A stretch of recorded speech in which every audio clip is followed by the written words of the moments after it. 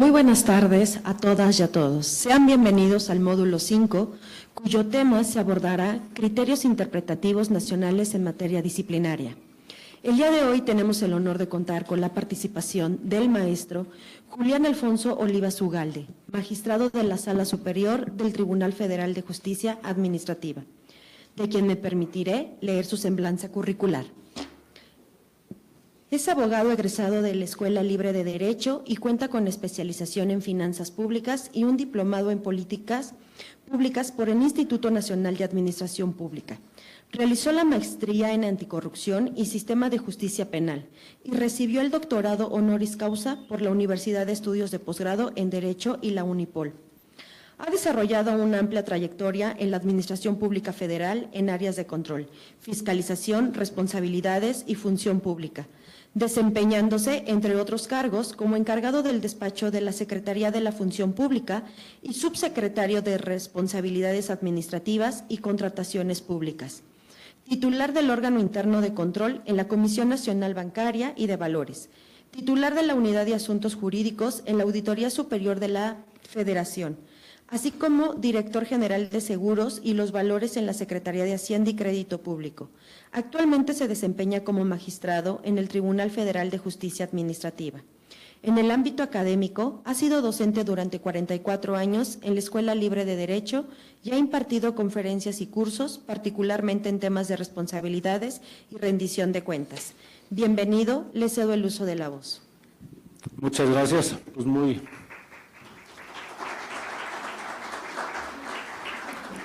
gracias, muy amables. Buenas tardes a todas y a todos.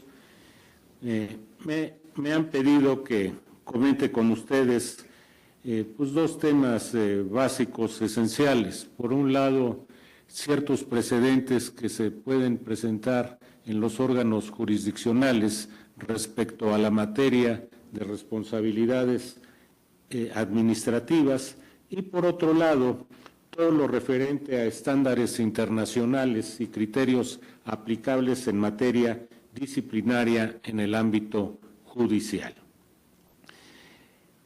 Por lo que hace al primer tema, quisiera yo mencionarles que sí hay precedentes, pero la mayoría de ellos son precedentes que se refieren, por un lado, a la aplicación de la anterior ley que regulaba las responsabilidades administrativas, entre otros temas, y que era la Ley Federal de Responsabilidades Administrativas. Esta Ley Federal de Responsabilidades Administrativas, como ustedes saben, pues daba la facultad en ese entonces a la Secretaría de la Función Pública, a las Contralorías de algunos organismos autónomos y a los órganos internos de control de la administración pública para aplicar las responsabilidades. Y esta tarea la llevaban a cabo llevando todo el procedimiento disciplinario y aplicando ellos tanto la investigación, que era optativa en esa época, como también la substanciación y la resolución. La resolución que emitían estos órganos de Estado era probable que tuvieran la oportunidad los presuntos servidores públicos sancionados de acudir en juicio de nulidad ante el Tribunal Federal de Justicia Administrativa. Y cuando les era adversa la resolución por parte del Tribunal Federal de Justicia Administrativa, pues acudían a el juicio de amparo directo ante los tribunales colegiados, o cuando había una violación a la Constitución, podría llegar hasta el conocimiento de la Suprema Corte de Justicia de la Nación. Derivado de todos estos temas, en el Poder Judicial se fueron generando algunas jurisprudencias que comentaría yo de manera muy breve, pues porque ya no tienen eficacia, pero algunos de sus principios podrían aplicarse por parte de ustedes al momento de llevar un procedimiento disciplinario en forma nada más de orientación, de orientar esa resolución que tal vez posteriormente podría en un momento dado ayudar a resolver alguna duda que ustedes tuvieran al momento de aplicar la Ley Orgánica del Poder Judicial Federal y la Ley General de Responsabilidades Administrativas. Como ustedes saben, en el año de 2015 se hizo una reforma de gran calado para establecer el Sistema Nacional Anticorrupción. Y a los que nos tocó vivir esa reforma, que tuvimos la oportunidad de impulsarla, porque veíamos que uno de los problemas en la aplicación de las responsabilidades administrativas era que el titular del órgano interno de control, el titular de la Contraloría Interna, el titular de la Secretaría de la Función Pública, pues llevaba a cabo varias tareas antes de emitirse una resolución administrativa. Y como les decía yo, pues se tenía varias fuentes para poder determinar una responsabilidad administrativa. La primera de ellas son las auditorías que se practicaban por estos órganos del Estado mexicano para revisar cómo había sido el ejercicio del gasto. Principalmente para este tipo de auditorías, pues eran las auditorías financieras que veían cómo se había gastado el presupuesto federal o en los casos de los estados o de los municipios, su presupuesto. Entonces se aplicaban estas auditorías financieras junto con otro tipo de auditorías, que eran las auditorías a la obra pública, ya que el Estado, en una de sus particularidades, tiende a realizar obras públicas y entonces es muy conveniente que se apliquen esas auditorías. Hay otro tipo de auditorías también que seguramente ya les han platicado, pero yo nada más haciendo un pequeño resumen, son las auditorías de desempeño.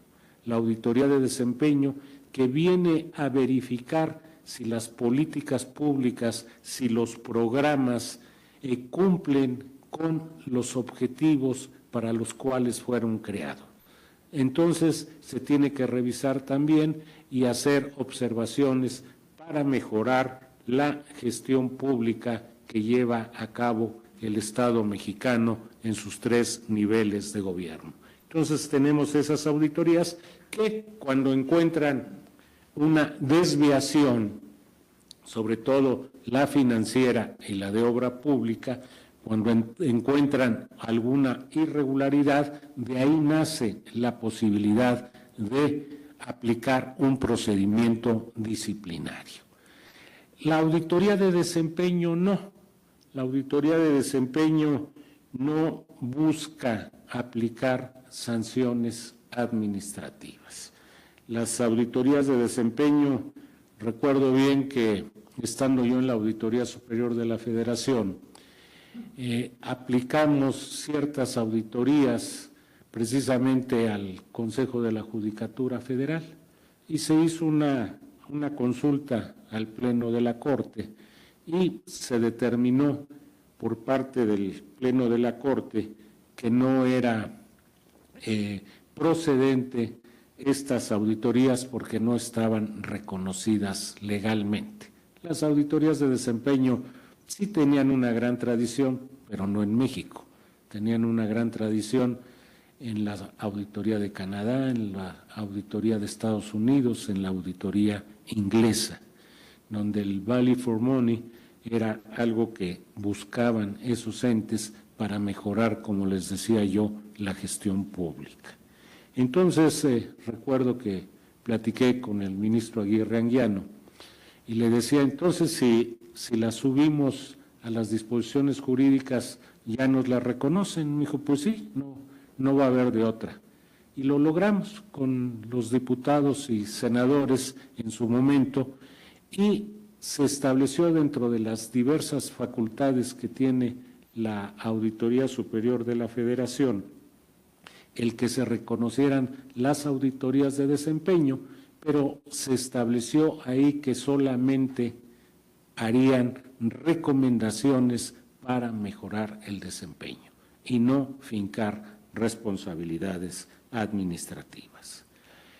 La otra forma para que también se pueda iniciar un procedimiento disciplinario es a través de la presentación de denuncias que hacen los particulares o denuncias que hacen los propios servidores públicos cuando se percatan que hay alguna irregularidad en el ejercicio público. Es más, si ustedes ven dentro de las faltas no graves, está la obligación de hacer del conocimiento estas irregularidades ante las autoridades competentes. Entonces, esta es la forma en que se inician los procedimientos disciplinarios. Les decía yo que en 2015 viene este parteaguas que crea el Sistema Nacional Anticorrupción y da la posibilidad de modificar totalmente esa concepción inicial que les decía yo tenía un problema y que apuntábamos nosotros, que nos había tocado la oportunidad de aplicar la Ley Federal de Responsabilidades. No lo dijeron en mi currículum, pero yo fui director de responsabilidades en la Secretaría de Desarrollo Urbano y Ecología en la época del presidente de la Madrid. Desde ahí me tocó empezar a aplicar responsabilidades. ¿Y qué sucedía? Pues que cuando uno o atendía lo que les decía yo, una denuncia o una queja, como tenía la doble terminología en esa época, o una auditoría, pues ya estaba uno convencido dentro del órgano de control de que había una responsabilidad y normalmente la resolución pues era para sancionar, porque estaba uno convencido. Y yo siempre señalé, no había una imparcialidad. ¿Por qué? Porque pues, habíamos ido controlando la auditoría, habíamos ido analizando la queja o la denuncia, habíamos ido haciendo la investigación cuando era necesario. En esa época no era obligatorio hacer la investigación. Cuando se hace la reforma ya a las leyes, pues ya incorporan la investigación como obligatoria. Un poco copiando el procedimiento penal, pero en muchas ocasiones con la auditoría es más que suficiente. Ahí se tienen los elementos, pero bueno, en la actualidad es obligatorio hacer la investigación. Entonces se determinó por parte de los legisladores que formaban parte del constituyente permanente la posibilidad de que las resoluciones no se aplicaran por los órganos internos de control y también por los externos. Se jaló a la Auditoría Superior de la Federación, que lleva a cabo el control externo. Y eso permitió que la facultad de sancionar se les quitara y se trasladara al Tribunal Federal de Justicia Administrativa. ¿Y por qué determinamos que fuera el Tribunal Federal de Justicia Administrativa? Porque ya tenía experiencia al aplicar y resolver los juicios de nulidad contra las resoluciones del control interno y del control externo. En esa época se platicó con el compañero presidente del tribunal y aceptó que se estableciera esta posibilidad. Y esta posibilidad se concretó en esa reforma constitucional y se creó una tercera sección en el Tribunal Federal de Justicia Administrativa que se aboca principalmente a la aplicación de sanciones y también a resolver la apelación de las salas especializadas. estas salas especializadas no nacen de la reforma constitucional, sino de la reforma legislativa que se emite un año posterior. Entonces, como les decía yo, esto es un poco lo que ahora ustedes tienen en la reforma al Poder Legislativo, con la creación de estos nuevos órganos que ustedes tienen, que es el órgano de administración y el tribunal. Aquí están aplicando ustedes, por eso lo quise mencionar, esos principios. Alguien hace la investigación, alguien hace la sustanciación y alguien hace la resolución. Y también una diferenciación muy importante. Las graves son donde interviene el tribunal y las no graves las sigue llevando los órganos internos de control. Cuando la Auditoría Superior de la Federación encuentra una no grave, la manda al órgano interno de control respectivo o a la Contraloría Interna. Y también es el mismo procedimiento que se aplicó en la reforma legislativa de la Ley Orgánica. Tienen ustedes la misma división entre faltas graves y faltas no graves. Bueno, volviendo a lo que yo había iniciado de algunas jurisprudencias o tesis que se fueron emitiendo, quisiera yo mencionar algunas propias referidas a la actuación judicial para que ustedes tengan el conocimiento y, como les decía yo, si a ustedes les toca aplicar, pudieran ser criterios orientadores al respecto. Me referiré en primer término a la falta de acuerdo no entraña responsabilidad del órgano jurisdiccional cuando no fue informado de su existencia. Si en la queja administrativa se imputa a un juez de distrito no haber acordado una promoción presentada ante el órgano jurisdiccional y éste demuestra que no la conoció porque el personal encargado no le informó de su existencia, al que por ese motivo le impuso una sanción, debe estimarse que no incurrió en responsabilidad. Pues como ustedes saben, nosotros al momento de ejercer las funciones jurisdiccionales, pues la correspondencia que llega por oficialía de partes, pues no puede el titular del juzgado o los integrantes del órgano colegiado pues estar revisando toda la correspondencia. Es una tarea que los hacen principalmente los secretarios y los colaboradores de los secretarios.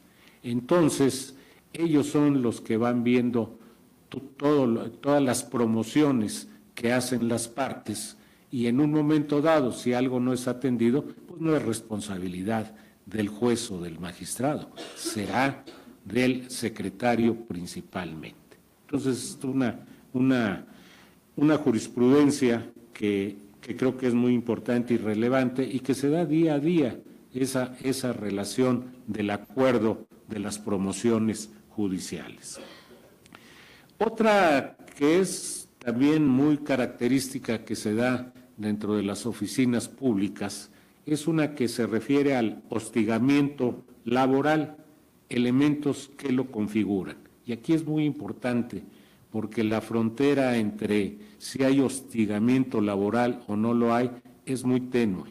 Es fácil de que se traslape uno a otro. Y la tesis dice, las exhortaciones o exigencias, y escuchen bien el término, exigencias, estoy exigiendo que hagas tu trabajo, estoy exigiendo que me traigas los acuerdos respectivos o las sentencias que te pedí. Entonces, estas exhortaciones o exigencias que los titulares de los órganos jurisdiccionales dirigen a sus subalternos respecto de las funciones inherentes a sus respectivos cargos, no constituye hostigamiento laboral. Se considera que éste existe cuando el denunciado incurra en un comportamiento física o moralmente agresivo, ofensivo, irrespetuoso, denostativo o cualquier otra conducta que implique abuso o ejercicio indebido del cargo. Por tanto, solo estará acreditada esa causa de responsabilidad si se demuestra fehacientemente tal conducta. De lo contrario, la queja debe declararse infundada. Entonces, creo que día a día nos enfrentamos en muchas ocasiones a que el servidor público se queja de que tiene hostigamiento laboral. Entonces es muy importante que se precise hasta dónde es hostigamiento y hasta dónde es el cumplimiento de su deber con su superior jerárquico y con la institución.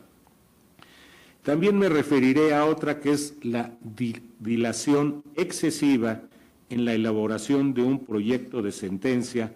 Por regla general es causa de responsabilidad.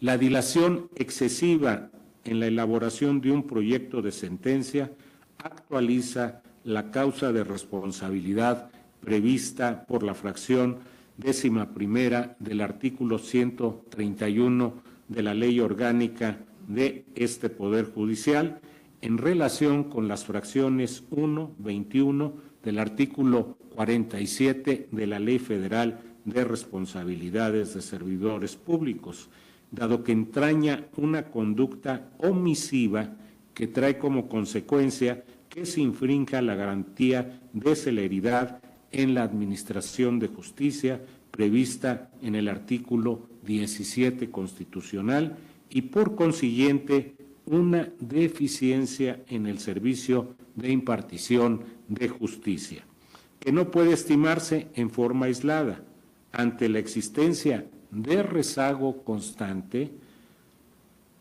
y notorio y al no concurrir circunstancias que la justifiquen, pues el hecho de que exista enorme carga de trabajo o la complejidad de los asuntos no eximen al juzgador de tomar las medidas necesarias para cumplir dentro de lo posible los plazos establecidos por las leyes respectivas. En esa época no había plazo para emitir las resoluciones. Entonces, cuando se aplique ese nuevo plazo establecido en las disposiciones jurídicas, seguramente los que trabajan en esta parte de responsabilidades se van a enfrentar a estas situaciones. Ahora bien, yo les quiero comentar mi experiencia como magistrado en el Tribunal Federal de Justicia Administrativa. ¿Qué sucede? Pues en la mayoría de las ocasiones uno se aboca a elaborar el proyecto respectivo con la celeridad o el cuidado respectivo. Y esa celeridad muchas veces se ve entorpecida porque uno encuentra, por ejemplo, como juzgador, que es en el caso que a mí me corresponde, y les comento muy rápido para que lo puedan comprender, en el Tribunal Federal de Justicia Administrativa tenemos salas regionales y la sala superior.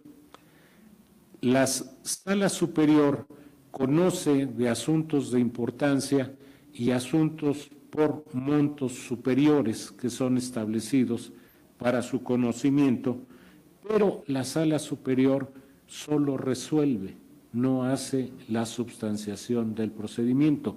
Eso le corresponde a la sala regional y uno hace la atracción. Entonces, muchas veces uno, cuando le llega el expediente del juicio ya substanciado, pues encuentra uno que hay deficiencias. Hay deficiencias en la substanciación. ¿Y qué hace uno? Pues regularizarlo, ¿sí?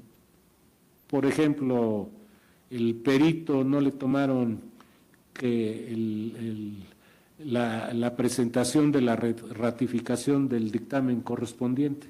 Pues hay que hacerlo porque si no tiene ahí un vicio el procedimiento. Cuando revisamos impuesto sobre la renta y que una parte del impuesto sobre la renta que va a pagar el contribuyente tiene que ir a los trabajadores, pero no se les cita adecuadamente, pues también hay que regularizarlo. Entonces, tenemos que devolver el expediente. Y ahí yo les preguntaría, si tenemos un plazo para resolver, ¿es culpa de nosotros el que se retrase por esa regularización? Pues yo creo que no, ¿eh? Aunque la norma dice que hay un plazo perentorio para llevar a cabo esa resolución, también hay causas exógenas que impiden en un momento dado el poder resolver. También sucede que las partes promueven pruebas supervenientes, por ejemplo, y las presentan, y esas pruebas pues tienen que analizarse, y a veces es un cúmulo importante, no es algo sencillo. Les vuelvo a preguntar, ¿consideran ustedes que se deberá de suspender el plazo correspondiente? ¿Usted qué opina, compañero? Perdón. Yo creo que sí, ¿no? Es lógico. Entonces, dentro de la administración de justicia, dentro de la aplicación de responsabilidades, hay que ver las circunstancias especiales que rodean el caso. No hay que aplicar siempre, y es una recomendación, les mencionaba yo que desde la CEDUE empecé yo con este tema, aplicar a rajatabla la ley, sino que hay circunstancias muy especiales. Y les comento algo que me pasaba en la Auditoría Superior. En ocasiones éramos muy estrictos al revisar a todos los entes públicos federales y a los estatales y a los municipales. Y les decía yo, pues eso que ustedes están observando en su auditoría, pues lo hacemos aquí en la Auditoría Superior, ¿no?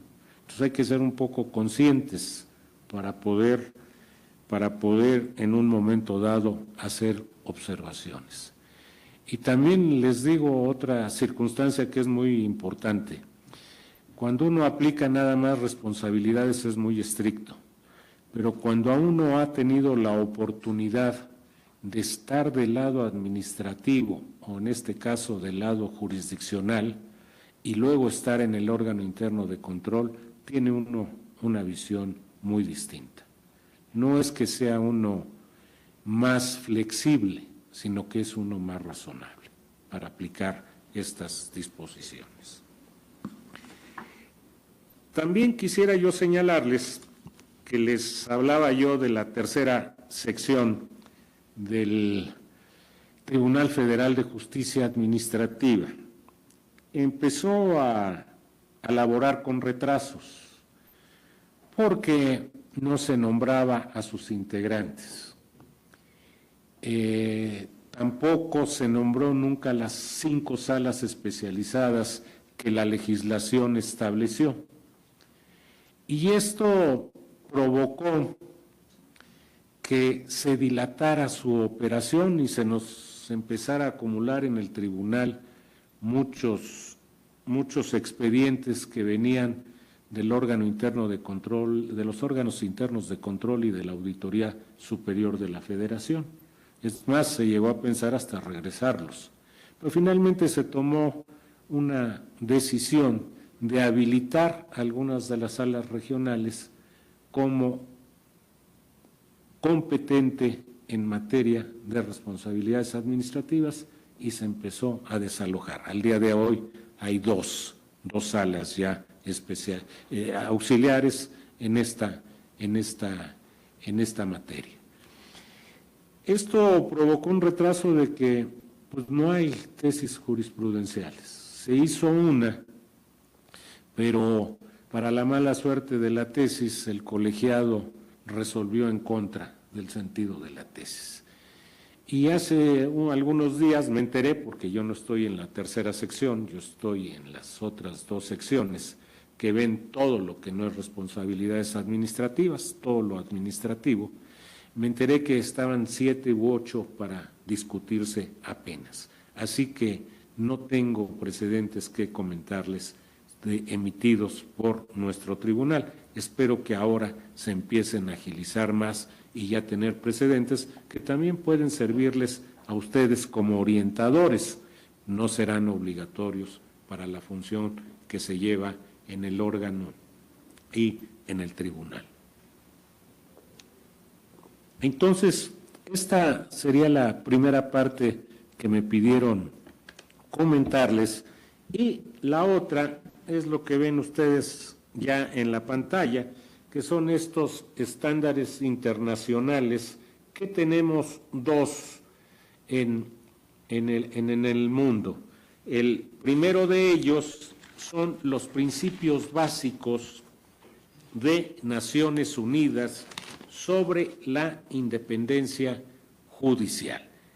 Son acuerdos que ha sacado las Naciones Unidas y que de cierta forma los Estados miembros, como es México, de la Organización de las Naciones Unidas, estamos obligados a acatar. ¿Cuáles son esos principios que se adoptaron en la Asamblea General 4032 de 29 de noviembre de 85 y del 13 de diciembre de 1985? Pues la primera de ellas, que es muy importante, es la independencia de la judicatura. Y ahí se obliga a que los estados deberán garantizarla a través de la Constitución o la legislación de sus países. Y todas las instituciones gubernamentales deberán respetar la independencia de la judicatura. Ese es un principio muy importante, ya que los jueces resolverán los asuntos que conozcan con imparcialidad, basándose en los hechos y en consonancia con el derecho, sin restricción alguna y sin influencias, alicientes, presiones, amenazas o intromisiones indebidas, sean directas o indirectas, de cualesquiera sectores por cualquier motivo. Finalmente, como ustedes saben, la actividad jurisdiccional llega a ser la última en una etapa gubernamental. La primera pues, es la legislativa, luego es la de aplicación a través del Ejecutivo y la que resuelve los conflictos, las controversias, es la judicial, y donde tiene siempre la presión de las partes, y que en muchas ocasiones esa parte es el Estado, el Ejecutivo o el Legislativo, o ahora, como se ha dado en nuestro sistema constitucional, algunos órganos constitucionalmente autónomos. La judicatura será competente en todas las cuestiones de índole judicial y tendrá autoridad exclusiva para decidir si una cuestión que le haya sido sometida está dentro de la competencia que le ha establecido la ley. Como ustedes saben, nosotros cuando vamos a resolver, lo primero que vemos es si somos competentes. Esa es la primera acción que uno realiza.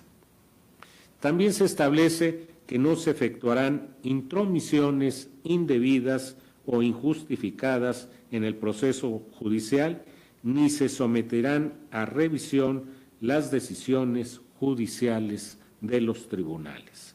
Este principio se aplicará sin menoscabo de la vía de revisión judicial ni de la mitigación o conmutación de las penas impuestas por la judicatura efectuada por las autoridades administrativas de conformidad con lo que dispongan las leyes. Ustedes saben que cuando alguien es condenado penalmente, pues por su buen comportamiento, etcétera, se le conmuta la pena, se le reduce la pena por parte de la autoridad. Entonces, eso sí está permitido.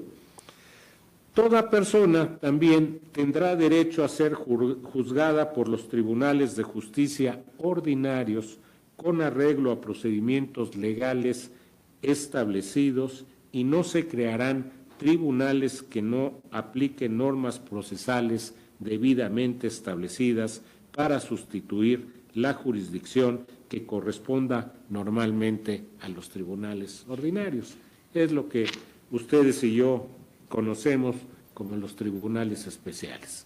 No puede haber tribunales especiales, sino que todos los asuntos deben ser resueltos por los tribunales ordinarios, que deben de estar previamente establecidos antes de que se dé la controversia. También se le da otro principio, que es la libertad de expresión y asociación. Y aquí se refiere este principio que, en consonancia con la Declaración Universal de los Derechos Humanos y al igual que los demás ciudadanos, los miembros de la Judicatura gozarán de las libertades de expresión, creencias, asociación y reunión, con la salvedad de que en el ejercicio de esos derechos los jueces se conducirán en todo momento de manera que preserve la dignidad de sus funciones y la imparcialidad e independencia de la Judicatura. Es muy importante en el caso de los juzgadores y en muchos casos también de los servidores públicos, diría yo, que uno tiene que abocarse principalmente a la tarea principal que lleva uno a cabo. Y en el caso del tribunal al cual pertenezco, tenemos prohibido el trabajar en alguna otra actividad. Solamente se nos permite recibir remuneración por actividades académicas. De ahí en fuera no tenemos la posibilidad de realizar otra actividad. También los jueces gozarán del derecho a constituir asociaciones de jueces u otras organizaciones que tengan por objeto representar sus intereses, promover su formación profesional y defender la independencia judicial, así como el derecho a afiliarse a ellas. Aquí vemos que habla de asociaciones, no de sindicatos. Creo que debemos ser muy cautos entre lo que es una asociación a lo que es un sindicato. Entonces, los juzgadores sí tenemos derecho a tener estas asociaciones, pero no llegar a un sindicato. Está establecido a nivel universal. El otro principio es la competencia profesional, selección y formación. Las personas seleccionadas para ocupar cargos judiciales serán personas íntegras e idóneas y tendrán la formación o las calificaciones jurídicas apropiadas. Es un principio muy importante. Y me detengo en esto último de las calificaciones jurídicas apropiadas, porque se ha dado recientemente una reforma a la reforma judicial, donde hay un paso previo donde se califica a los que serán candidatos. Y yo creo que esto va en consonancia. No cualquier persona puede ser juzgador, no cualquier persona puede ser electo.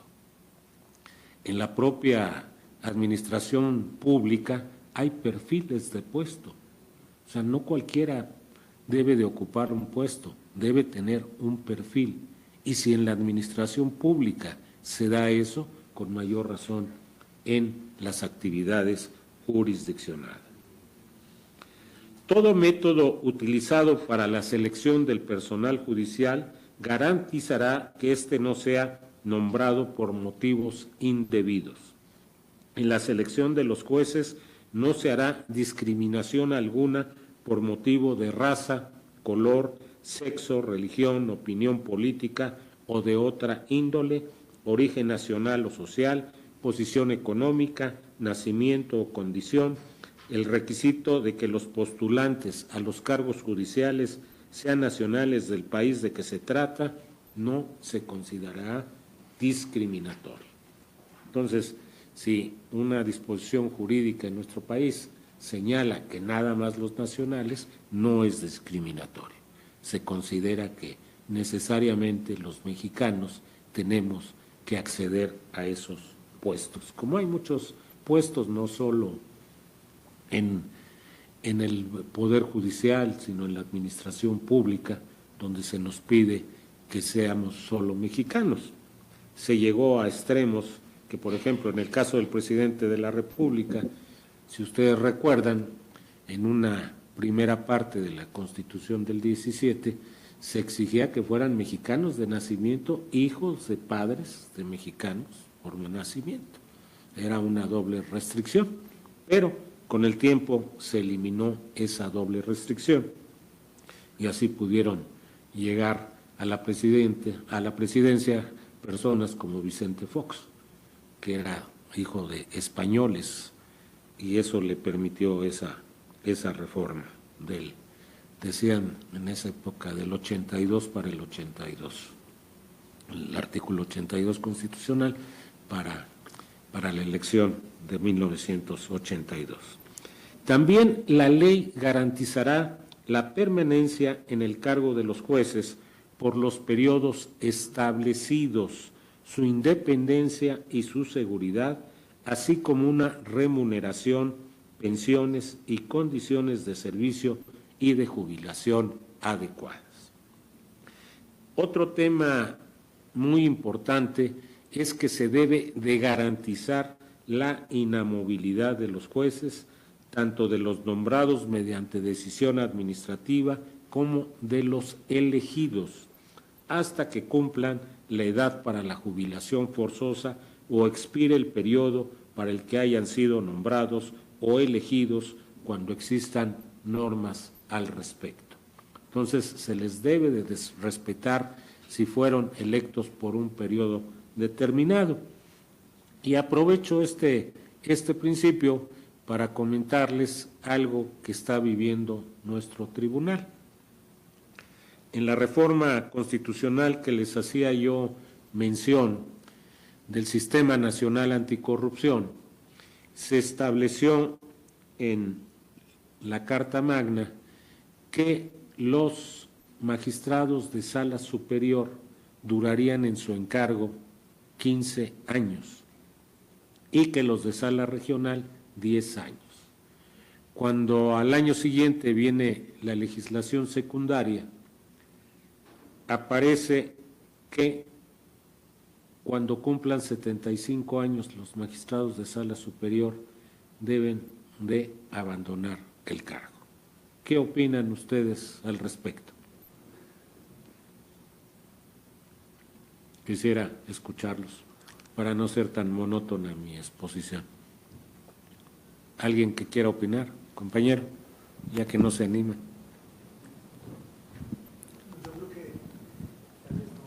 Le van a prestar el micrófono. Gracias. Desde mi óptica muy personal, yo creo que no es correcto que que piden esa edad se les genere de manera obligatoria el retiro, desde mi óptica personal.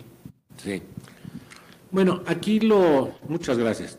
Aquí lo que se ha argumentado es que el plazo de 15 años está en la norma fundamental y los 75 años está en la legislación secundaria. Y ya un magistrado de sala superior interpuso un amparo y el juez de distrito le dio la razón.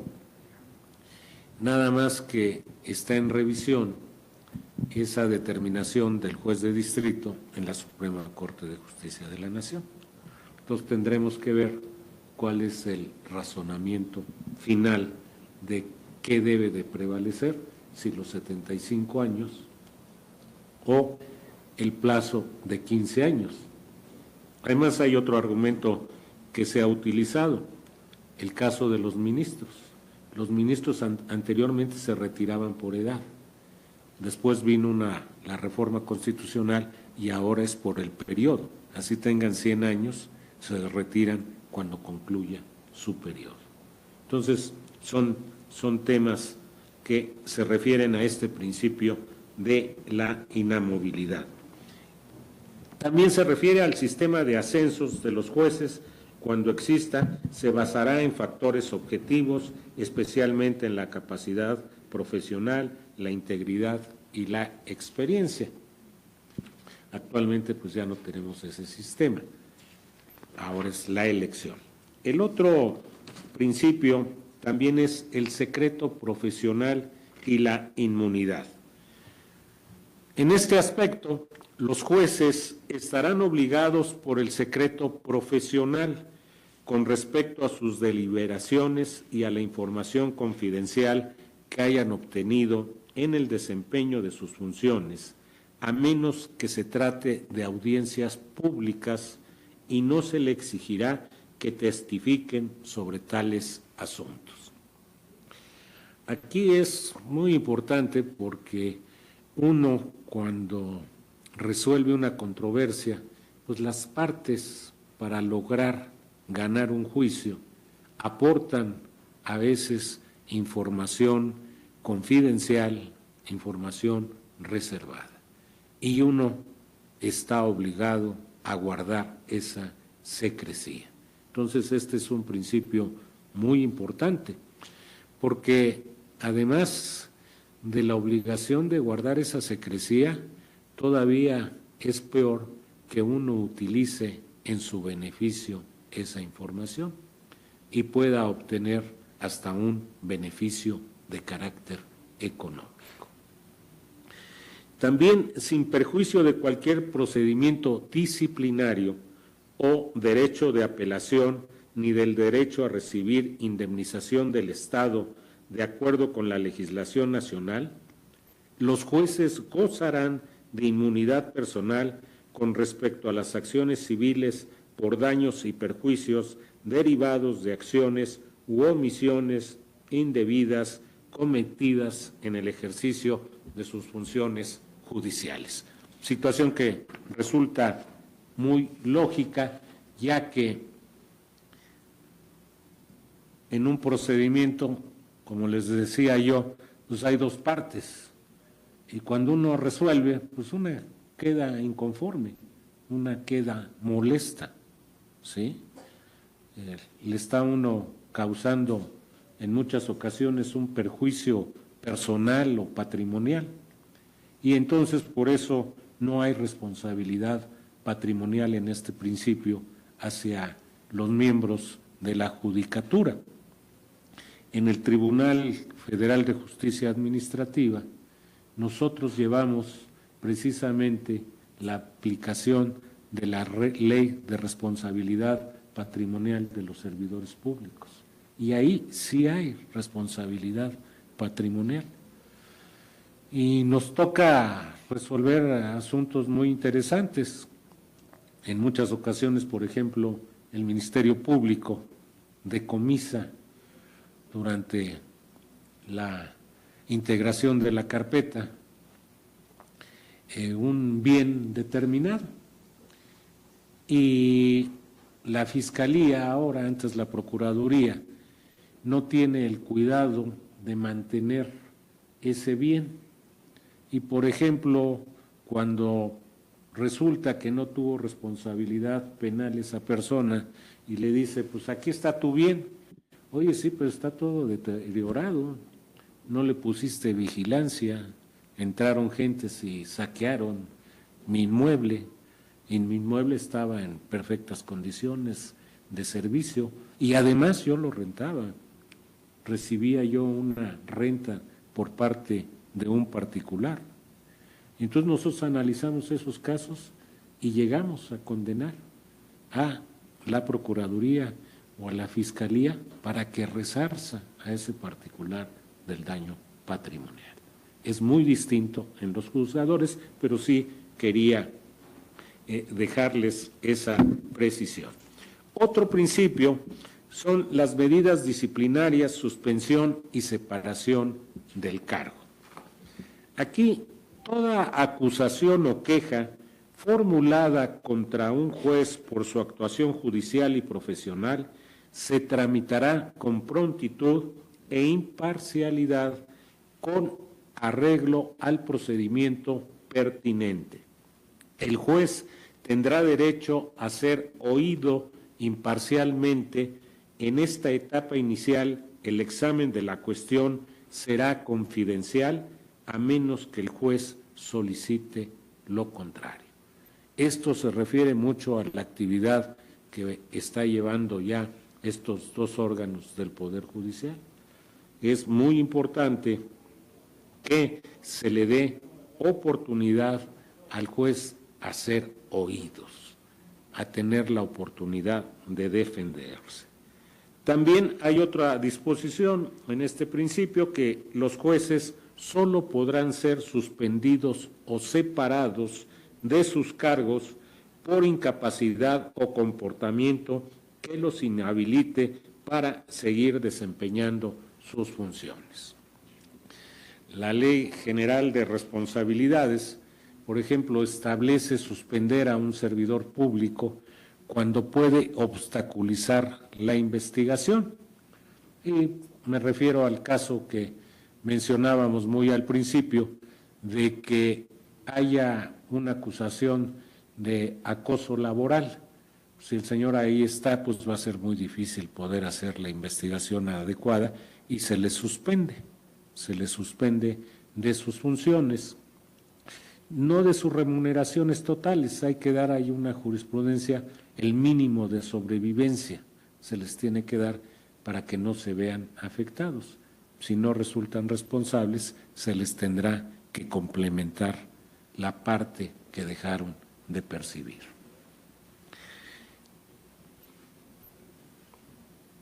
También todo procedimiento para la adopción de medidas disciplinarias, la suspensión o la separación del cargo, se resolverá de acuerdo con las normas establecidas de comportamiento judicial.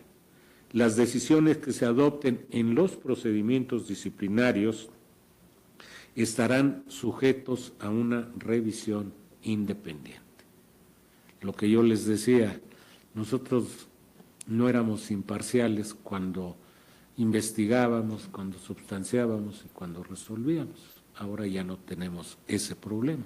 Resuelve el Tribunal Federal de Justicia Administrativa y aquí ustedes ya tienen determinados ciertos órganos separados, que unos tienen que llevar la investigación, otros la substanciación y otros más la resolución.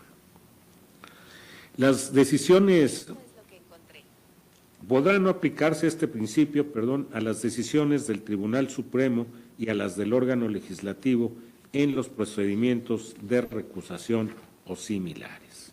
Entonces, hasta aquí estas disposiciones emitidas por la Organización de las Naciones Unidas. No sé si hubiera alguna duda, alguna pregunta. Entonces, si no lo hubiere, pasaremos a los principios de Bangalore. Y aquí mencionaría yo que en junio de 2006, el Consejo Económico y Social de las Naciones Unidas aprobó una resolución en la que reconoció que los principios de Bangalore constituían un nuevo desarrollo de los principios básicos relativos a la independencia de la judicatura, aprobados en 85 y que ya hice mención. El Consejo invitó a los estados a que alentaran a sus judicaturas a tomar en consideración los principios al examinar o elaborar normas con respecto a la conducta de los miembros de la judicatura. Aquí algunos van a ser reiterativos, ya sé que esta hora no es muy buena después de comer, pero espero que no los aburra demasiado. El primer principio es la independencia, que ya habíamos visto, y aquí un juez con este principio deberá ejercer su función de forma independiente, partiendo de su valoración de los hechos y en virtud de una comprensión consciente de la ley, libre de cualquier influencia ajena, de instigaciones, presiones, amenazas o interferencias, sean directas o indirectas, provenientes de cualquier fuente o por cualquier razón. Lo que nosotros decimos cuando administramos justicia, pues yo me tengo que sujetar a lo que está en el expediente. Sobre eso es lo que tengo que resolver. Es a lo que yo me tengo que abocar. Un juez deberá ser independiente en relación con la sociedad en general, en relación con las partes particulares de una controversia que le corresponda resolver. Un juez no solo estará libre de conexiones inapropiadas con los poderes ejecutivo, legislativo y de influencias inapropiadas por parte de los citados poderes, sino que también deberá tener apariencia de ser libre de las anteriores a los ojos de un observador razonable. Entonces, creo que los juzgadores debemos marcar distancia con los otros dos poderes. Eso no quiere decir que no exista diálogo, que no exista comunicación, pero sí alejarnos de ellos en la medida de lo posible. También, al cumplir sus obligaciones judiciales, un juez será independiente de sus compañeros de oficio con respecto a decisiones que esté obligado a tomar en forma independiente. Cuando son órganos colegiados, cada quien puede resolver conforme a su leal saber y entender para mantener esa independencia. Un juez deberá fomentar y mantener salvaguardas para el cumplimiento de sus obligaciones judiciales con el fin de mantener y aumentar la independencia de la judicatura. Un juez exhibirá y promoverá altos estándares de conducta judicial con el fin de reforzar la confianza del público en la judicatura, que es fundamental para mantener la independencia judicial. O sea, que debe de mantener un prestigio frente a los justiciables. Otro valor es la imparcialidad. Un juez deberá desempeñar sus tareas judiciales sin favoritismo, predisposición o prejuicio. Un juez garantizará que su conducta, tanto fuera como dentro de los tribunales, mantiene y aumenta la confianza del público, de la abogacía, de los litigantes en la imparcialidad del juez. Un juez deberá, dentro de lo razonable, comportarse de forma que minimice las ocasiones en las cuales pueda ser necesario que el juez sea descalificado para conocer de o decidir sobre asuntos. Yo siempre he dicho que en los asuntos que me toca a mí resolver, participar en su resolución, porque somos un órgano colegiado, nunca tengo interés. Y cuando tengo interés es muy fácil para mí. Me excuso y ya no tengo interés. Eso es lo que deberíamos de hacer todos los juzgadores. Cuando tengamos interés en un asunto, por diversas razones, que ya veremos algunas más adelante, lo mejor es excusarse y se libera a uno de caer en un conflicto de interés. La legislación nos da esa oportunidad de excusarnos sin ninguna responsabilidad. ¿Por qué?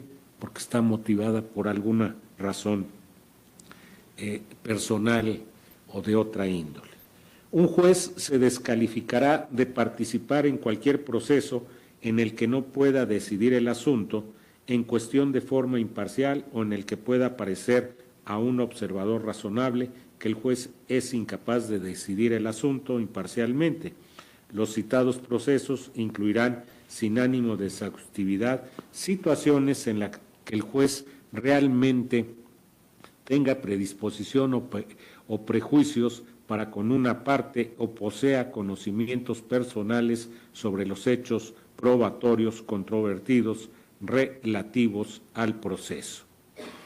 Tengo un prejuicio, a lo mejor llevé yo un juicio contra una persona y ella ahora me toca que sea una de las partes, pues debo de excusarme necesariamente, ya tengo un prejuicio en un momento dado. O también que yo conocí los hechos, eso se puede dar más en la materia penal. Yo tuve alguna relación con el hecho constitutivo del delito, pues debo de apartarme. O también que el juez o algún miembro de su familia tenga un interés económico en el resultado del asunto sujeto a controversia. Si mi cónyuge, mi hijo, mi hija es parte o tiene algún interés, pues debo de excusarme también.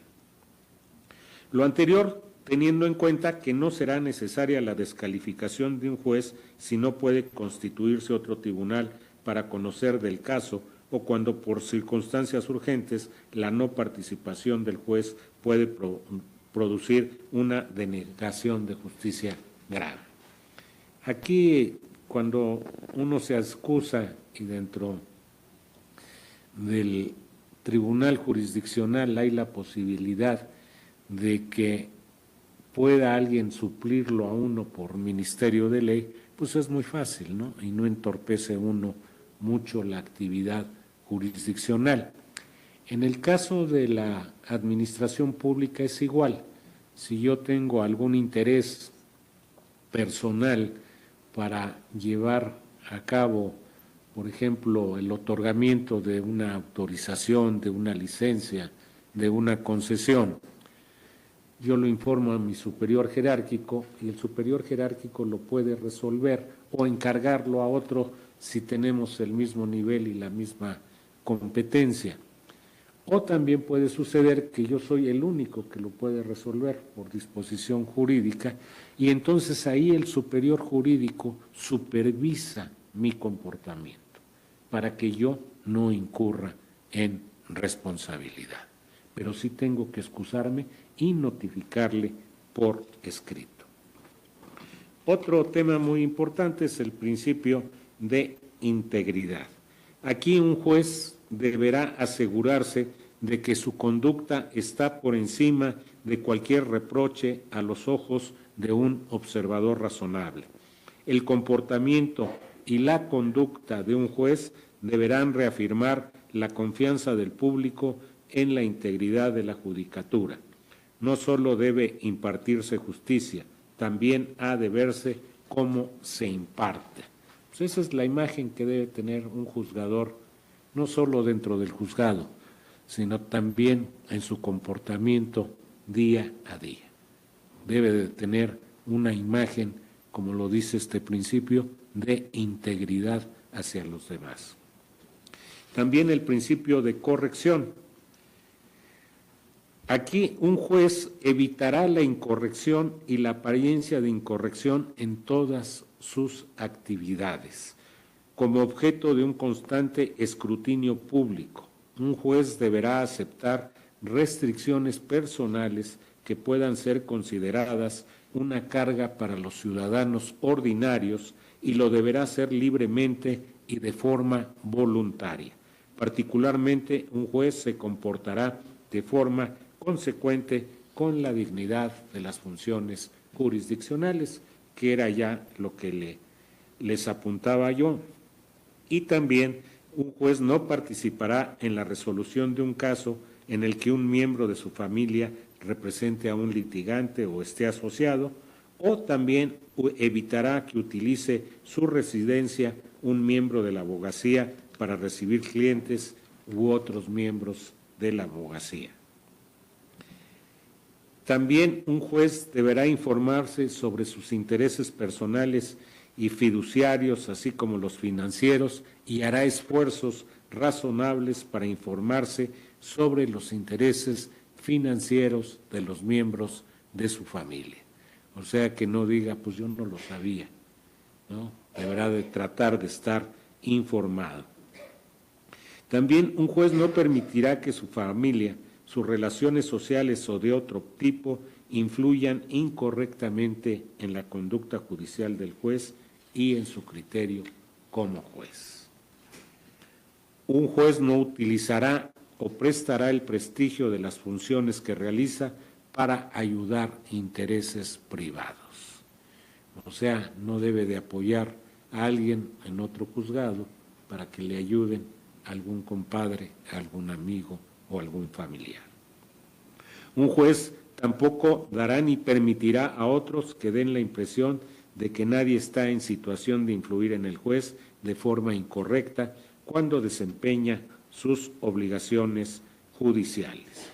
También el otro principio de información confidencial que ya había yo mencionado, y sujeto al desempeño correcto de sus obligaciones, un juez podrá, fíjense, aquí es muy importante, ¿qué sí puede hacer un juez?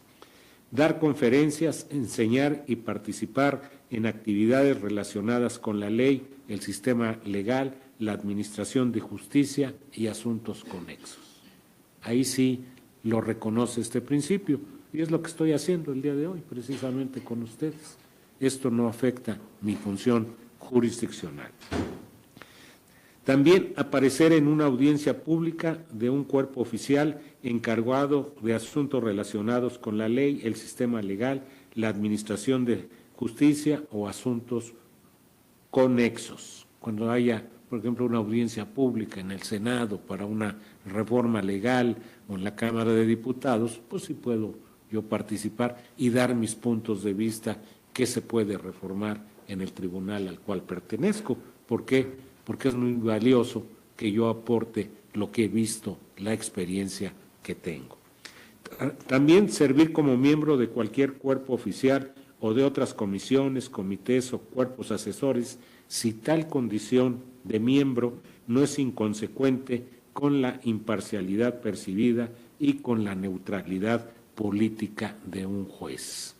Un juez debe tener neutralidad política. También participar en otras actividades si las citadas actividades no desvirtúan la dignidad de las funciones jurisdiccionales o interfieren de cualquier otra forma en el desempeño de las obligaciones judiciales. Y uno que es muy básico, un juez no ejercerá la abogacía mientras desempeñe funciones jurisdiccionales. Un juez no puede tener un despacho, ¿verdad? Así de sencillo. También un juez podrá formar o unirse a asociaciones de jueces, que ya lo vimos, ya no lo repito, y un juez y los miembros de su familia no pedirán ni aceptarán ningún regalo, legado, préstamo o favor en relación con cualquier juez que haya hecho o deba hacer u omitir con respecto al desempeño de las obligaciones judiciales. Esto es muy importante. En la Ley General de Responsabilidades no se aceptan recibir regalos, ¿sí? Entonces es muy importante este principio. Y también hay en la Ley General de Responsabilidades algunas situaciones. Yo en un momento dado tramito un asunto en la administración pública, le doy una concesión a una persona y no solicito dinero, pero al rato me vende un automóvil o un bien inmueble a un precio inferior de mercado.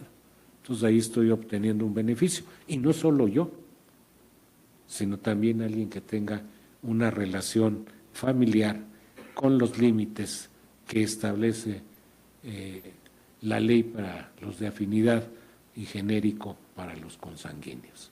Entonces es muy, muy importante. El otro principio es la igualdad.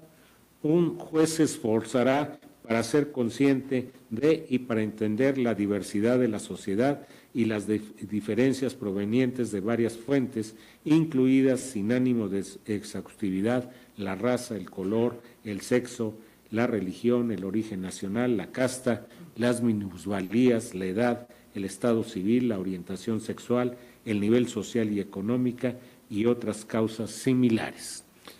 cuando nosotros resolvemos muchos asuntos, tenemos que proteger las cuestiones de género, debemos de proteger a los infantes, por ejemplo, debemos de proteger a las personas con mayoría de edad.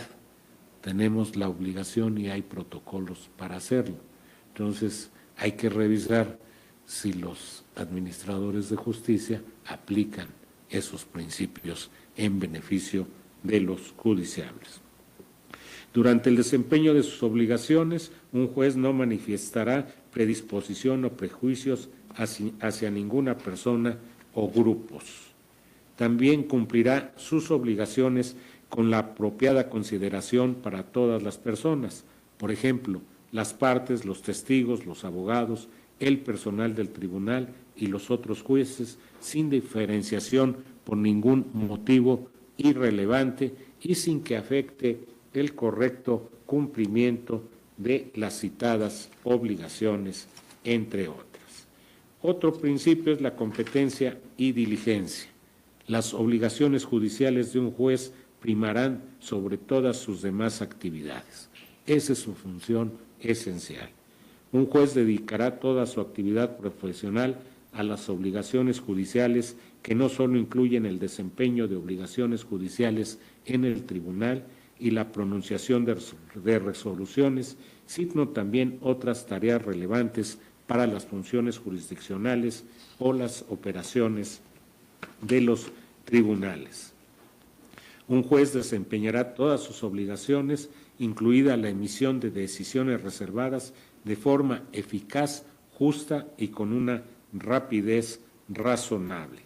Un juez no exhibirá conductas incompatibles con su desempeño.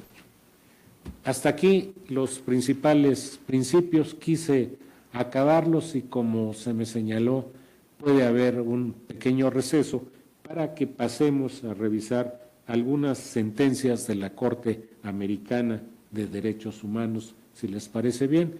No sé si sea suficiente 10 minutos, si les parece adecuado. Por favor, gracias. Como les decía yo, vamos a hacer una revisión rápida de algunas sentencias de la Corte Interamericana de Derechos Humanos y empezaría yo con el caso Reverón Trujillo contra Venezuela. El juicio se trata de una supuesta destitución arbitraria de María Cristina Reverón Trujillo, donde la Sala Política Administrativa del Tribunal Superior de Justicia de su país decretó la nulidad del acto de destitución por no estar ajustado a derecho, pero se abstuvo de ordenar su restitución ni tampoco el pago de salarios y beneficios sociales que dejó de recibir. La víctima era una jueza penal provisoria que fue sancionada por abuso o exceso de autoridad y el incumplimiento de la obligación de guardar la debida atención y diligencia en un proceso. Ante la sanción, la víctima presentó un recurso de reconsideración, el que se declaró improcedente finalmente y se declaró la nulidad de la sanción que se le había interpuesto en forma primaria. Ante la sanción, la víctima presentó un recurso de reconsideración, el que se declaró improcedente y finalmente se logró declarar la nulidad de la sanción. Pero en esta resolución, que es lo importante de este caso, es que no se le restituyó en el puesto ni se le pagaron los salarios caídos. Toda vez que se está en un proceso, y el argumento fue que toda vez que se estaba en un proceso de reestructuración judicial, ¿por qué? Porque en su país, en Venezuela, ya ven que se dio el cambio hasta del nombre del país de Venezuela a República Bolivariana, entonces estaban en reestructuración total del Estado y se dijo que porque se estaba en reestructuración no se le podría restituir ni pagarle salarios caídos, pero que sí se eliminaba de su expediente la sanción y se le iba a permitir participar en concursos públicos de oposición. La Comisión Interamericana consideró que con la resolución se violaba la Convención por no ordenar su restitución. La Corte consideró también que se requiere dar estabilidad a los juzgadores para que haya certeza. Y también se reconoce que los sistemas políticos han ideado procedimientos estrictos tanto para el nombramiento de juzgadores como para su destitución. Por lo tanto, se debe seleccionar a los jueces exclusivamente por el mérito personal y su capacidad profesional mediante mecanismos objetivos de selección y permanencia. La Corte determinó que la reestructuración del Poder Judicial no era justificación para ordenar su reincorporación al cargo ni para el pago de salarios caídos.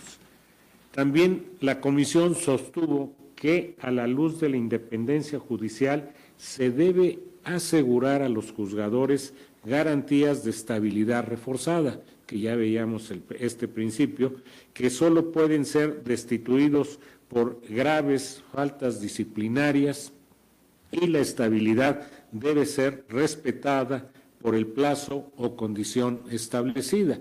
Si se le estableció de manera provisional un plazo, se le debe de respetar, o cuando hay una condición resolutora, también se debe de respetar. ¿Cuál podría ser esa condición? Por ejemplo, vas a estar provisionalmente en el puesto mientras se resuelve un proceso de oposición pública y ya cuando se asigna, pues tendrás que irte. También la Corte determinó, en este caso, reincorporar a la víctima en su cargo o a uno de igual jerarquía y de salario. También se le pagaron beneficios salariales y económicos desde que fue destituida hasta su reincorporación en 6 meses en su carácter provisional, y si no se le llegara a reinstalar, la Corte señaló que debería de pagarle $60,000 el Estado venezolano. También la condenó por daño inmaterial, que nosotros conocemos como daño moral, por $30,000, por toda la afectación psicológica que tuvo durante el tiempo en que estuvo segregada del trabajo. Y también ordenó eliminar de su expediente personal un documento que era la planilla de liquidación, y se ordenó el pago de gastos y costas de todo lo que tuvo que invertir ella por la cantidad de $30,000. Y además, lo que es muy común en la Corte Interamericana, que es la publicación de la sentencia, obviamente en un diario oficial. El otro caso que me voy a permitir comentar con ustedes es el caso Apitz, Barbera y otros, que es de la Corte Primera de lo Contencioso Administrativo contra el Estado de Venezuela. En este caso, los actores son Juan Carlos Apitz, Perkins Rocha y Ana María Ruggeri, que fueron sancionarios por un tema muy importante: el error judicial inexcusable, al otorgar un amparo cautelar que suspendió los efectos del registro de una compraventa. Se suspendió la negativa del registrador y se consideró que habían cometido un error judicial.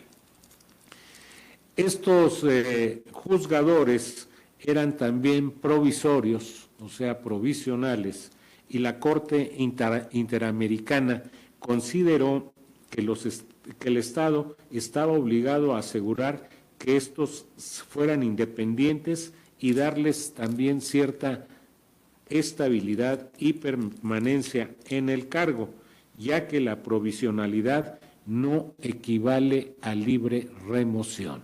Aquí es un principio muy importante. La provisionalidad no equivale a libre remoción. El caso se da cuando se crea esta República Bolivariana que ya comentaba yo, donde se da un proceso de transición constitucional. Los actores fueron designados, como decía yo, con carácter provisional como magistrados de la Corte Primera para conocer del control de todos los actos administrativos del poder público, con excepción de los del presidente de la República y de sus ministros, según la legislación de Venezuela. Esta sala político-administrativa de Venezuela declaró la nulidad emitido por la Corte Primera y estableció que al no haber declarado la improcedencia de la pretensión cautelar, incurrió en un grave error jurídico de carácter inexcusable. El Tribunal Superior de Justicia de ese país define al error judicial como aquel que no puede justificarse por criterios jurídicos razonables, que es grave y merece la destitución. En este tema del error judicial hay que tener mucho cuidado porque hay muchos asuntos que se resuelven por criterio y el criterio pues puede ser en muchas ocasiones contrario a lo que piensan mis compañeros con los que estoy colegiando o alguna revisión superior que se me haga. Entonces es muy importante definir el concepto de criterio. En cambio, en casos particulares donde se acusa de error judicial, se debe de ver casuísticamente, no en forma genérica, para ver si no se trata, reitero, de un simple criterio, que puede ser opuesto. Yo puedo interpretar en un momento dado una disposición jurídica, una disposición administrativa de forma distinta que otra persona, y eso no quiere decir que esté yo en un error judicial. También se debe de tomar en cuenta, según esta resolución, las características jurídicas de cada país, ver la legislación, ver la jurisprudencia, ver otros precedentes. En base a eso se precisa que hay errores judiciales injustificables muy claros. ¿Cuáles serían? Pues cuando se condena a muerte o a prisión perpetua a un inocente, ahí sí pudiera haber un error judicial. O cuando autoriza un juzgador embargar una plaza pública sabiendo que no lo puede hacer. Entonces, ahí sí hay errores judiciales claros. Pero en muchas de las ocasiones, reitero, la diferencia no es diáfana, no es clara. En el caso que nos ocupa, en un inicio se destituyeron a 4 de los 5 miembros de la Corte Primero. A una no se le sancionó porque contaba con requisitos para su jubilación, y a la otra magistrada, que al principio sí se le sancionó, pero al interponer un recurso de reconsideración se le revocó la destitución y se ordenó tramitara su jubilación. Entonces también por eso se salvó. También finalmente se consideró que la provisionalidad no debe significar alteración alguna del régimen de garantía para el buen desempeño del juzgador y salvaguarda a los propios justiciables, y la provisionalidad no debe ser indefinida y estar sujeta a una condición resolutoria que ya les comentaba yo. Tampoco se les reconoció a los magistrados ser parte en el procedimiento de abocamiento que impugnó su resolución cautelar. Ellos no pudieron alegar nada, no pudieron justificar lo que revocó la determinación cautelar. También no se razonó la sanción, sino que homologó la resolución del órgano que revocó la medida cautelar. O sea, la copiaron tal cual y dieron las mismas razones, lo cual es inadecuado, porque aquí había ya una conducta que debería de analizarse. También el órgano sancionador determinó que había realizado una depuración o una limpieza ideológica de los juzgadores que no compartían el proyecto diseñado por el presidente de la República. O sea, un argumento totalmente político que debe de estar ajeno a cualquier determinación jurídica. Además, el gobierno señaló que la sentencia de los juzgadores sería desacatada. O sea, en un principio el gobierno no lo aceptó. Por otra parte, de los 5 magistrados que fueron sancionados, solo 3 fueron destituidos. Los otros 2 tuvieron resoluciones diferentes a pesar de ser los mismos hechos. Se trata de actos desiguales a conductas iguales. La Corte determinó por daño material reparar a las víctimas por beneficios salariales desde que fueron destituidos hasta su reincorporación y se les reconoció gastos médicos por $5,000. Lucro cesante por 16 sueldos anuales y por daño inmaterial se les concedió $100,000 a cada uno. El daño inmaterial, como ustedes saben, es el daño moral. También ordenó que en caso de no reinstalarlos en un plazo que fijó la Comisión Interamericana, se les pagaría $100,000 y ordenó la expedición del Código de Ética por parte de las autoridades venezolanas. Por último, ordenó pago de gastos y costas a cada uno por $5,000. Entonces, este es este caso, los hechos principales, los razonamientos y la resolución y la condena que tuvo por parte de la Corte Americana. Ahora veremos rápidamente también el caso López Lone y otros contra el país de Honduras.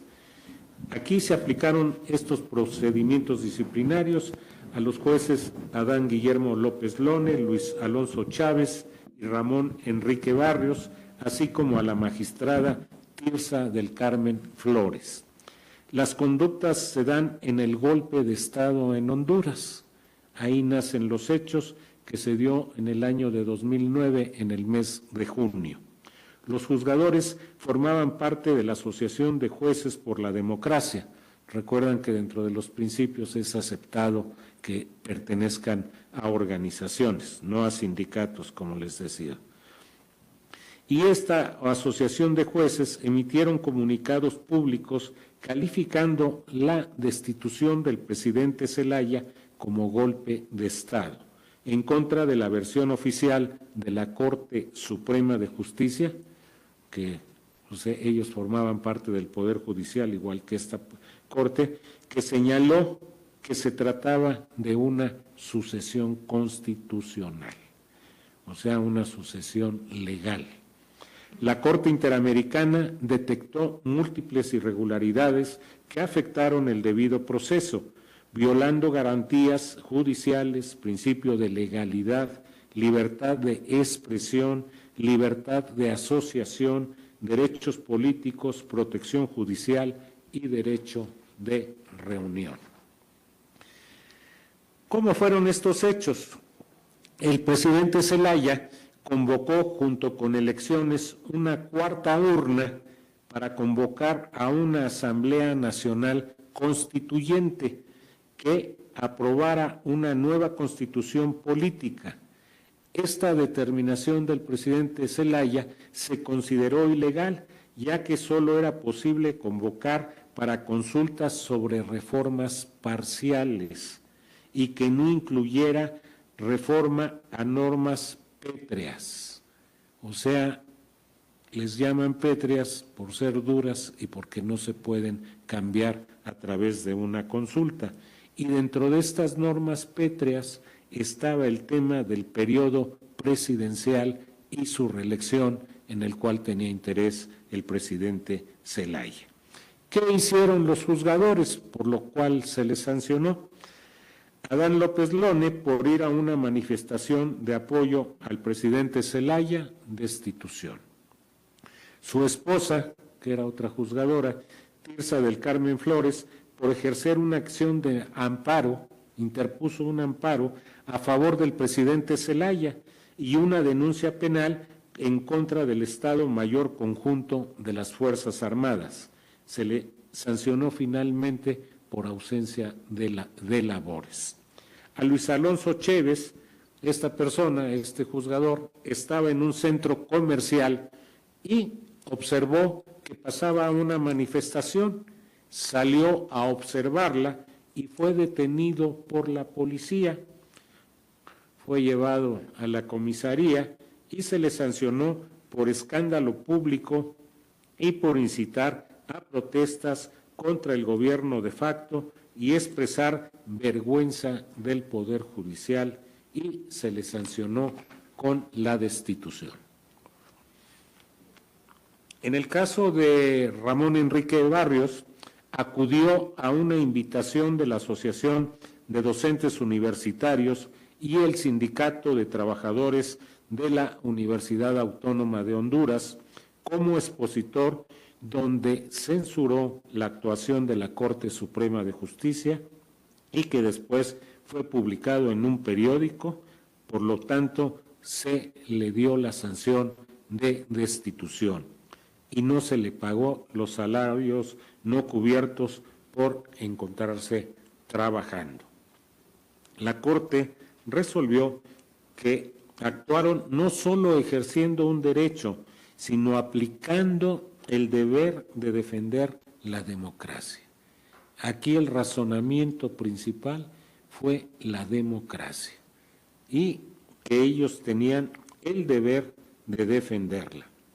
Y consideró que los derechos políticos, la libertad de expresión, el derecho de reunión y la libertad de asociación hacen posible el juego democrático. ¿Cómo vino la resolución? Pues dispuso reincorporar a Adán Guillermo López, a Tirsa del Carmen y a Luis Chévez a cargos similares por daño material, salarios caídos, vacaciones a los 3 y por daño inmaterial a los 4.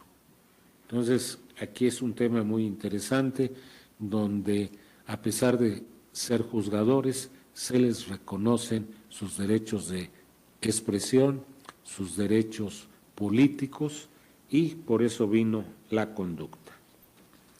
La otra que me voy a permitir comentar con ustedes es el caso Urrutia Labró contra Chile. El actor es este juez Daniel Urrutia por remitir un trabajo académico a la Corte Suprema de Justicia criticando sus actuaciones durante el régimen militar chileno que encabezó, como ustedes saben, el general Pinochet. ¿Cuál fue el procedimiento sancionatorio y sus violaciones? En primer lugar, la víctima nunca fue notificada de que se le inició un proceso disciplinario, un primer fallo en el debido proceso. Tampoco las razones del mismo o las causales que infringió con su conducta. La víctima no contó, por lo tanto, con una autoridad imparcial. La causal disciplinaria era muy amplia y se le impuso una sanción arbitraria a su ejercicio de libertad de expresión. La sanción inicialmente fue de censura y después se redujo a una amonestación privada. La Corte Suprema de Chile autorizó, ¿cómo es el caso? Pues primero, la Corte Suprema de Chile autoriza a este juez a asistir a un diplomado de Derechos Humanos y Procesos de Democratización en la Universidad chilena. Posteriormente, al concluir el curso, la víctima informa a la Corte Suprema que aprobó el diplomado y remitió el informe final para que se pusiera a disposición del Pleno de la Corte para los fines que estimara pertinentes. En este informe, el juzgador criticaba a la Corte en su rol durante el régimen militar chileno y pedía que la Corte reconociera públicamente su responsabilidad conforme a la Comisión de la Verdad y Reconciliación que en su momento se instauró en el país de Argentina. ¿Qué ocurrió? Le fue regresado el informe a la víctima, ya que contenía apreciaciones inadecuadas e inaceptables para la Corte. La Corte de Apelaciones de La Serena notificó a la víctima un informe de los motivos por lo que remitió el informe. Le requirió un informe sobre esto. El juez remitió el informe señalando que lo hizo en primer lugar para acreditar su participación en el concurso, o sea, cumplió con la comisión que le dieron. En segundo lugar, que obtuvo una calificación alta. Y por último, que entregaba el producto final de ese curso que llevó a cabo. Después de esto, la Corte de La Serena lo sancionó por censura, como les había yo dicho, por escrito. Y entonces la víctima apeló y la Corte Suprema de Chile reconoció la libertad de expresión del juez y eliminó la sanción impuesta. Y también se le eliminó de su hoja de vida, o sea, de su expediente personal, mediante un control de convencionalidad, aunque la sanción se mantuvo por 13 años en su hoja de vida, lo que afectó en concepto del juzgador su carrera judicial. ¿Qué es lo que determinó la Corte Interamericana ante esta situación? La Corte ordenó publicar el resumen de la sentencia y estar disponible por un año en el sitio web, en un sitio web. Y también adecuar la normativa interna para eliminar esa causal tan amplia que se le aplicó al juzgador y eliminar todo antecedente de su hoja de vida. Y finalmente se sancionó al Estado chileno con una indemnización a favor de la víctima por $20,000. Entonces, ese es otro caso de que un juzgador acude a la Comisión Interamericana.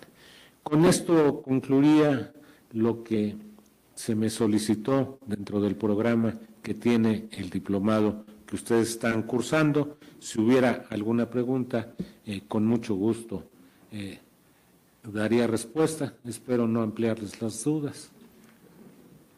Hola, magistrado. Quisiera saber cuál es su postura respecto de si un órgano disciplinario puede evaluar una negligencia judicial sin estudiar el fondo de una sentencia. Gracias. Bueno, para poder determinar, no diría yo la negligencia judicial, sino la actuación de un juzgador, tiene uno que irse al expediente, necesariamente. ¿Por qué? Porque se tiene que ir al expediente 1, o a las grabaciones en el caso de la materia penal. Se tiene uno que ir ahí porque ahí están las actuaciones de él, ahí están reflejadas sus conductas. Si no, desde mi punto de vista, sería insuficiente. Si yo nada más reviso la sentencia, pues yo creo que me quedo corto, ¿sí? Podría haber algún caso de excepción que en la sentencia quede claramente definida cuál fue esa negligencia, cuál fue ese error judicial, pero en principio tengo que ver todo el expediente y toda la actuación, que finalmente el que va actuando es el juzgador. Claro, bien como les decía yo al principio, la intervención de los auxiliares como los secretarios. Pero yo me iría a todo el expediente, porque además ese es de los principios de la investigación. Tiene uno que ser exhaustivo, ¿sí? Para poder determinar una conducta que va a ser acreedora a una pena, una conducta que le vamos a afectar el prestigio profesional a un juzgador, que le vamos a afectar su desarrollo profesional, su desarrollo de vida, su desarrollo en sociedad, su desarrollo familiar. Entonces debemos de ser serios y exhaustivos. No sé si hubiera alguna otra pregunta. Sí, con mucho gusto. Magistrado, buenas tardes. Cuando Buenas habló tardes. del tema de medidas cautelares, ¿usted considera que conforme a lo que indica la Ley General de Responsabilidades y la Ley Orgánica, es un catálogo que debe ser específico o pueden ser genéricos, como nominadas? Se me ocurre en el tema de cambios de adscripción. Sí, yo soy de la idea, y ese es mi criterio, que tienen que ser específicos, porque como yo lo apuntaba al principio, tengo que determinar si me está afectando en mi investigación. Sí me ayudan mucho los que ya están previamente establecidos, porque ahí los encuadro y lo motivo y adelante, ¿no? Pero creo que siempre debe de haber una puerta de salida en cualquier legislación que me permita determinar en un caso que es atípico, el poder determinar esa medida cautelar. Creo que le ayuda a uno mucho en la investigación y para no entorpecer las investigaciones, creo que es un elemento y tampoco abusar de él, ¿no? No estar suspendiendo por suspender. Si yo ya tengo los elementos, tengo la posibilidad de obtener la información por otro lado, si estoy haciendo una verificación patrimonial, por ejemplo, pues ya sé a qué fuentes debo de acudir. Tengo que ir a los bancos, tengo que ir a las casas de bolsa, tengo que ir a las sociedades de inversión, tengo que ir a las AFORES, tengo que ir a las instituciones de seguros para ver si hay recursos de esta persona ahí y que no están reflejadas en su declaración de situación patrimonial. O cuando estoy hablando de bienes inmuebles, pues ir a los registros públicos de la propiedad, ver las relaciones también con su cónyuge, con sus hijos, a ver si no está por ahí escondido algún bien, alguna cuenta que necesariamente él tuvo algo que ver porque los hijos son menores, porque la esposa no trabaja, no es posible que pueda tener ese inmueble en un momento determinado. Entonces, hay en muchas ocasiones que uno tiene los elementos y tiene que acudir. A veces se les dificulta, por ejemplo, en la verificación patrimonial, pues lo ideal es que tuviéramos un registro público de la propiedad que es llevado a nivel local por los estados, que estuviera conectado en todo el país y que yo le pusiera el nombre de una persona y me apareciera, pues sí, una propiedad en Cancún, otra en Tijuana, otra en la Ciudad de México, ¿no? Pero pues no tengo que andar buscando y ahí sí hacer una investigación profunda. Pero lo ideal sería eso, como sucede con lo bancario. Pide uno a través de la Comisión Nacional Bancaria y de Valores la información, la bancaria emite los oficios correspondientes a todas las instituciones de crédito y donde aparece con el nombre del servidor público una cuenta, una inversión, pues ya tengo detectado cuánto invirtió, cuánto dinero tiene en un momento dado y hago el contraste con la declaración patrimonial, que es para lo que me sirve la declaración patrimonial, para contrastar con la investigación que yo hago. Muchas veces en estos temas, cuando provienen de una denuncia, por ejemplo, pues el particular que me denuncia o el servidor público que me denuncia, pues me da elementos y me dice, no, pues tiene unas cuentas en Banco Azteca, yo lo he acompañado ahí a hacer movimientos y tiene otra cuenta en Banco Inbursa, pues ahí ya voy más claro hacia dónde debo de dirigir mi investigación y si no, pues hay que dar, como decían los médicos, yo soy hijo de médicos, un escopetazo. Cuando no sabían cuál era la enfermedad precisa, pues una medicina escopetazo que mata todo, ¿no? Porque no sé cuál es el microbio, pues igual aquí, pues doy un escopetazo a todos los bancos para saber en cuál si tiene alguna inversión. Pues no sé si hubiera alguna otra. Pues les agradezco mucho su atención, fue un placer estar el día de hoy con ustedes que trabajan en el Poder Judicial. Yo hace años trabajé en la Corte y me da mucho gusto regresar a este Poder Judicial. Muchas gracias.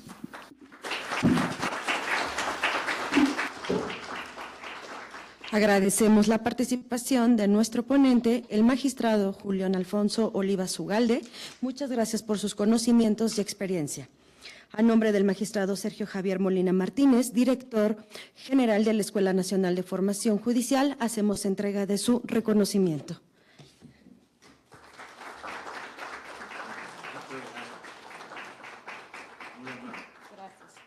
Gracias y mucho gusto.